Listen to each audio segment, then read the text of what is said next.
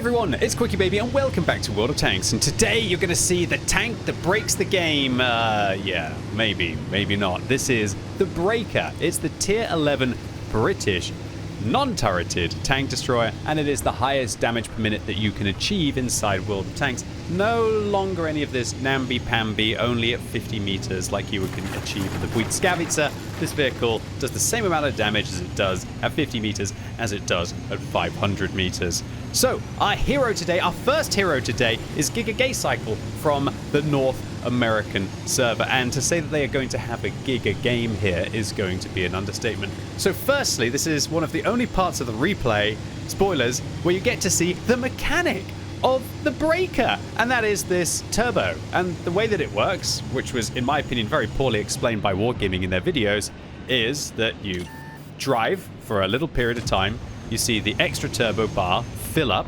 and then as long as you keep driving, it keeps working. And it changes the top speed of the Breaker from 20 kilometers an hour to 30 kilometers an hour. I'm not sure if you can reverse and use the turbo backwards. That would be a different thing altogether. But look, as we see, we're reversing here. The bar's actually going down. And so this takes a tank that is very slow to being a vehicle that is still slow, but reasonably quick. Honestly, even with the Bond turbo on this tank, even while that extra turbo is kind of working, it does feel to me that this tank is basically just like a Badger.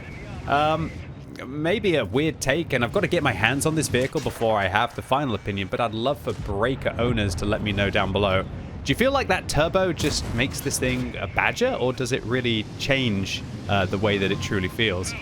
This is one of those tanks that I didn't focus on getting on my main account or on my free-to-play account, not because I don't think it'll be a powerful vehicle, and a lot of you might see the couple of replays that I've got stored up for you today and think that with players like Giga playing the Breaker that this is now the vehicle that you want to get your hands on, and I wouldn't blame you. It looks like an absolute force at tier 11.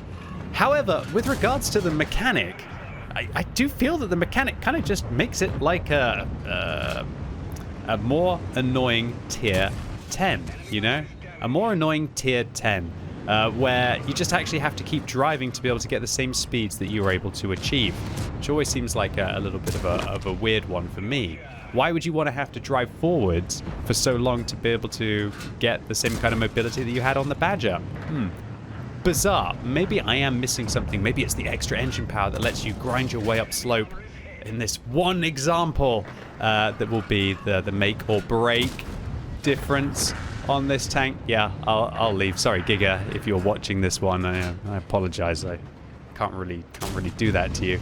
Anyway, I'm sure that more people are actually completely focused on your just incredible gameplay here of just casually getting to the slope and dealing 5,000 damage and picking up a frag.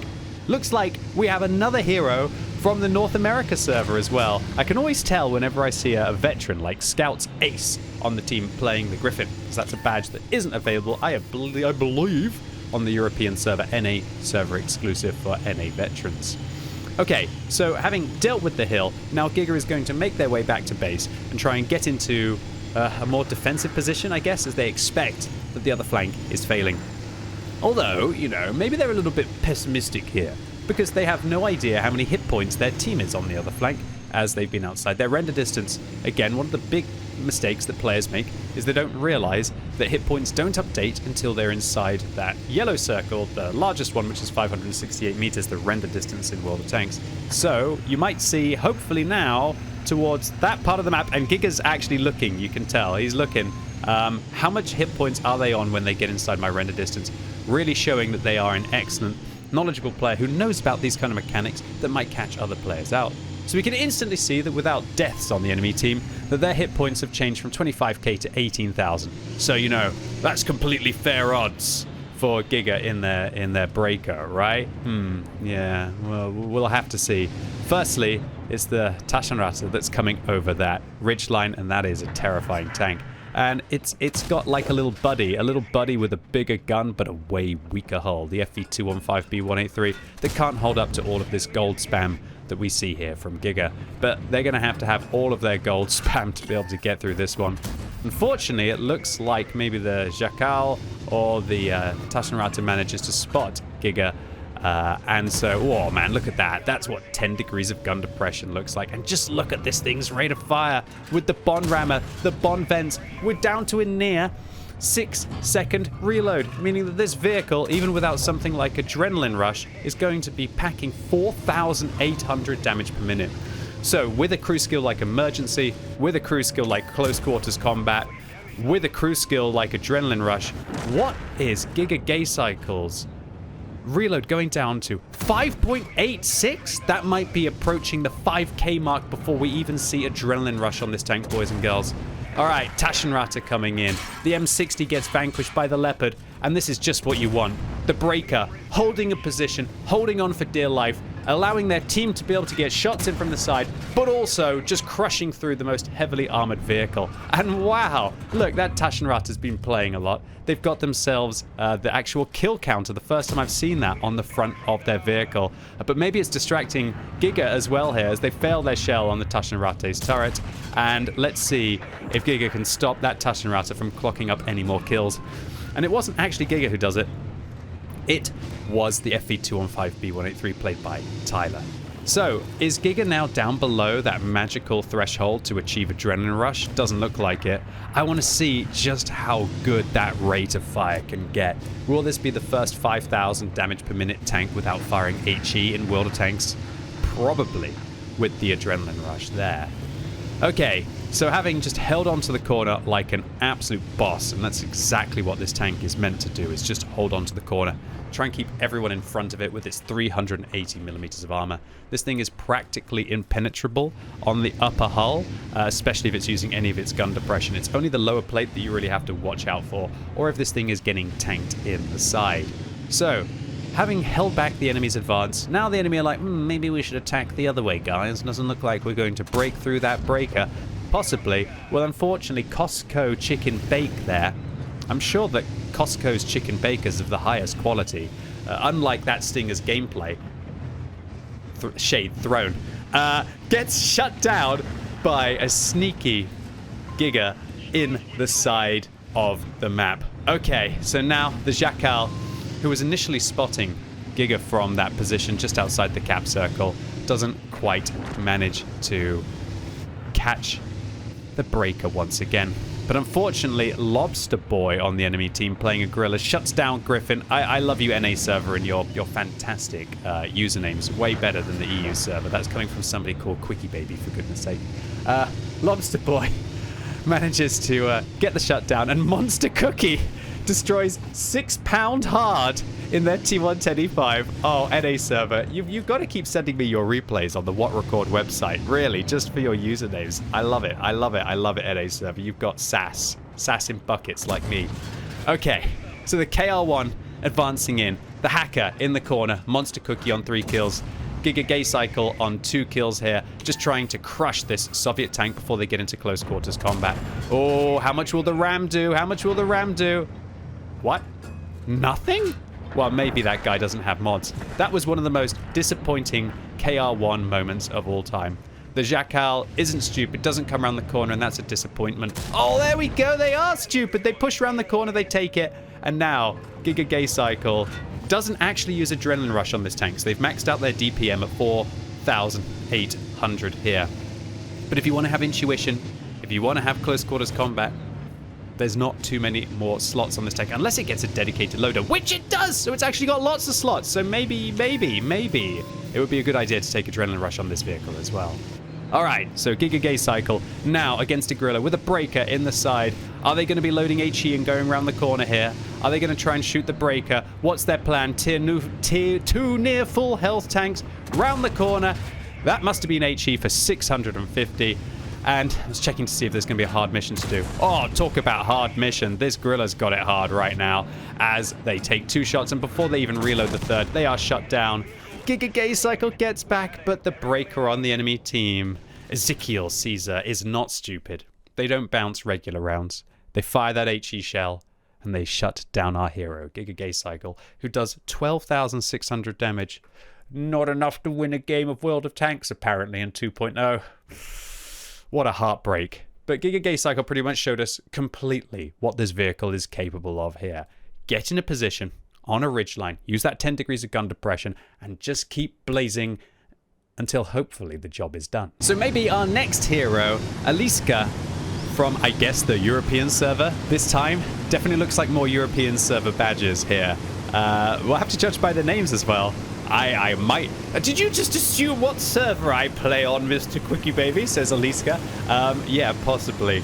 Allieska might be able to continue the Breaker challenge to actually win a game while doing a tremendous amount of damage, where unfortunately GigaGayCycle just wasn't able to quite get across the finish line. And again, we can see the turbo. But dude, 18 up slope? Really? This thing's getting into position slower than other kind of like really big super heavies are. I expected more from the turbo effect here. I thought that it was really going to give it some power to weight ratio, allow it to really get up that slope at its top speed of, I guess, 36 with the Bond turbo here, with, I guess, no engineer on the driver, but possibly, maybe. It's hard to really figure out until I truly get my hands on this vehicle what it is capable of. But unfortunately, you're all going to have to wait, because I'm in the middle of trying to unlock the Blackrock. And, yeah, the missions are fun. I'm only about 10 missions away. I don't think I'm going to be able to do it on stream today, but I'm hoping that we can get at least like 4 out of the 10 remaining missions done. That'll be great. That'll be great.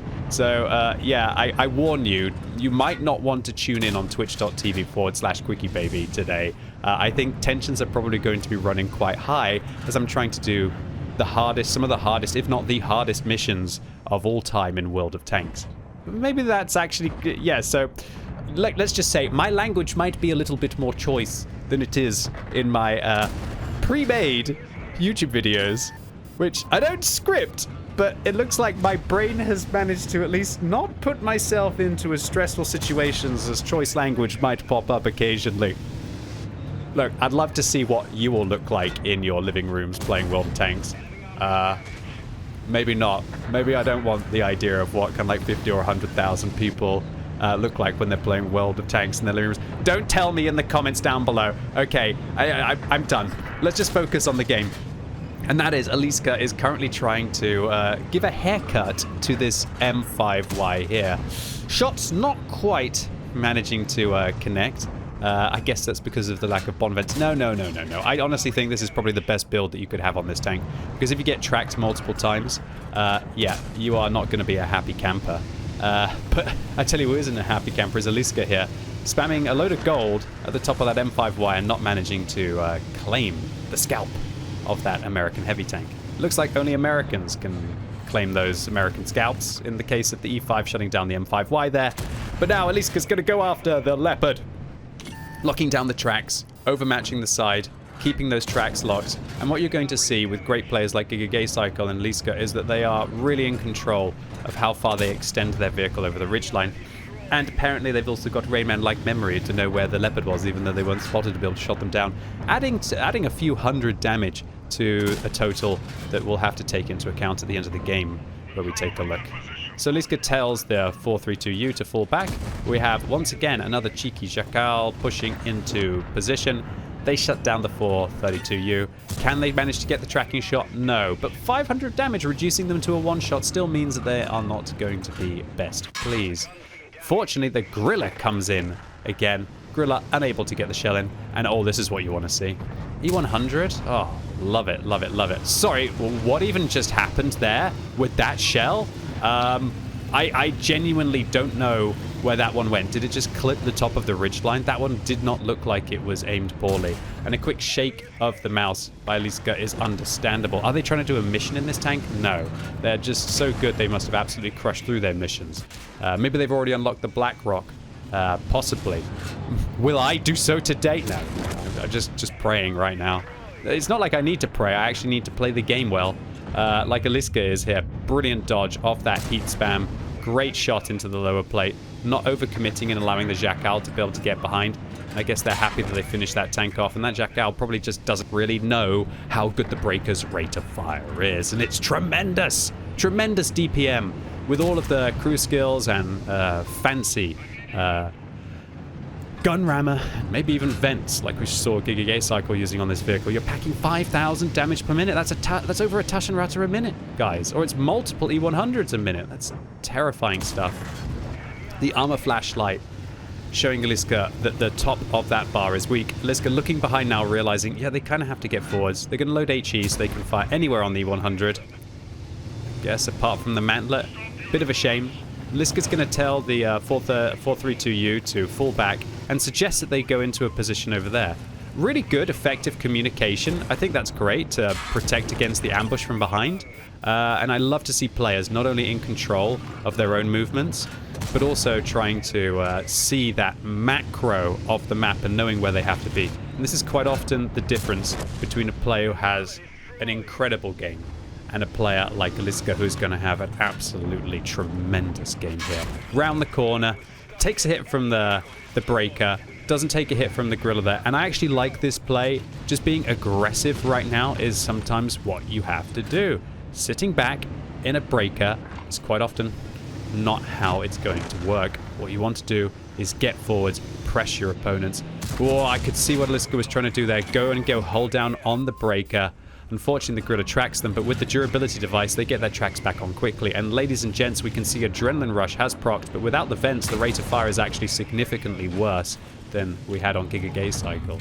Nevertheless, maybe the hit points are going to be what keeps Allieska in this game, and it is. They would be dead if they weren't using a durability device here. So all of this extra damage, while the vents maybe would have given them a tiny little bit of an advantage here and there, you can't replace hit points in World of Tanks, and for a map like this, a beautiful pick, and the only setup, I believe, apart from using a bond durability, that would have kept Allieska in this game to be able to just keep farming, to be over 10k, minus the damage that we saw from the Leopard earlier. And to get through this situation, and possibly to get the win from the battle, right? To get the win from the battle. So there's never usually one set of equipment that will always be best in every single situation. It's going to be a matter of playstyle. But it looks like this one was absolutely king in this game of World of Tanks. So the IS-7 now literally caught between a rock and a hard place.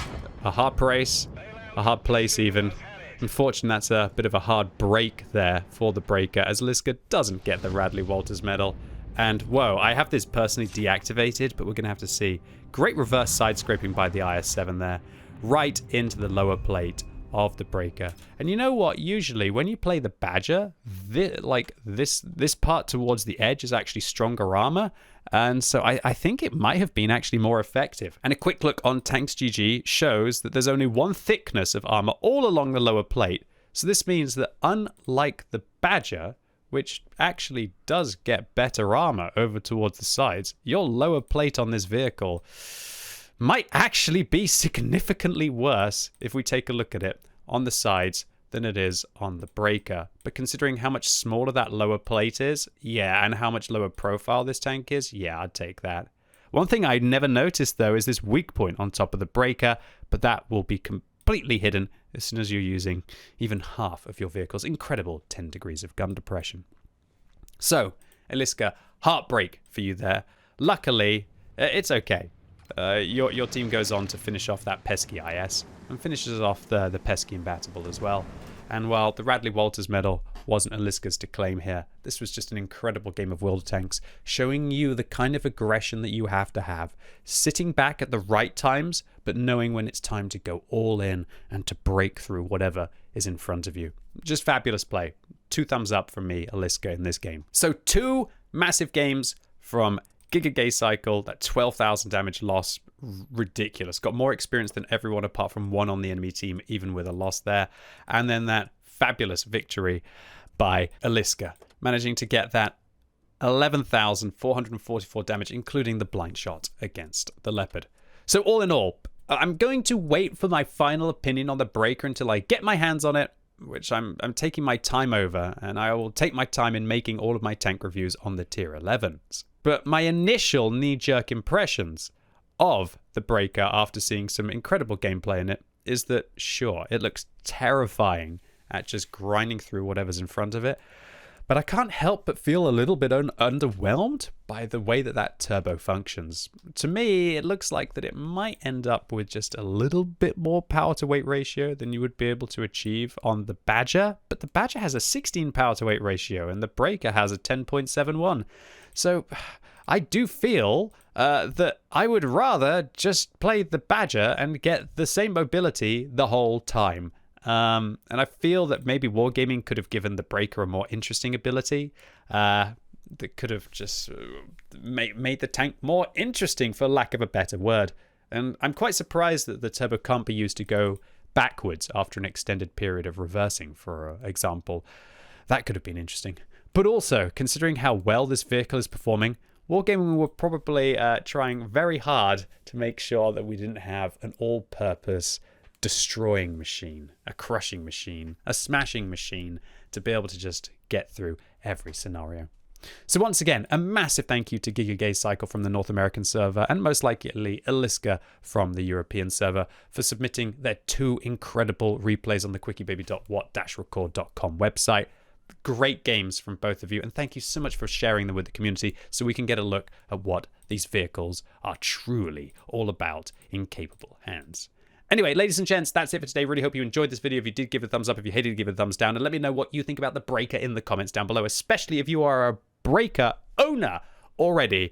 And if you're watching this video as it goes live on Wednesday, I'm going live all day on twitch.tv/QuickyBaby, trying to do literally the last 11, 12, 13, 14, and 15 missions as in the final ones of each of the 3 series for the BlackRock. Today is going to be full sweat. It's either going to be a disaster or we're going to get the rarest tier 11 in the game. And, as always, there are going to be Twitch drops as well, so come and grab them. Thank you so much for watching. You've been epic, and hopefully I'll see you soon.